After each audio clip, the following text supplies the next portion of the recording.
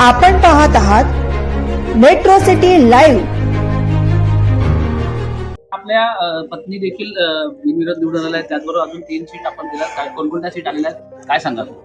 प्रभाग क्रमांक 18 मध्ये जयश्री फाटक, सुगंधा मोरे आणि राम रोपळे हे बिनविरोध झालेले आहेत।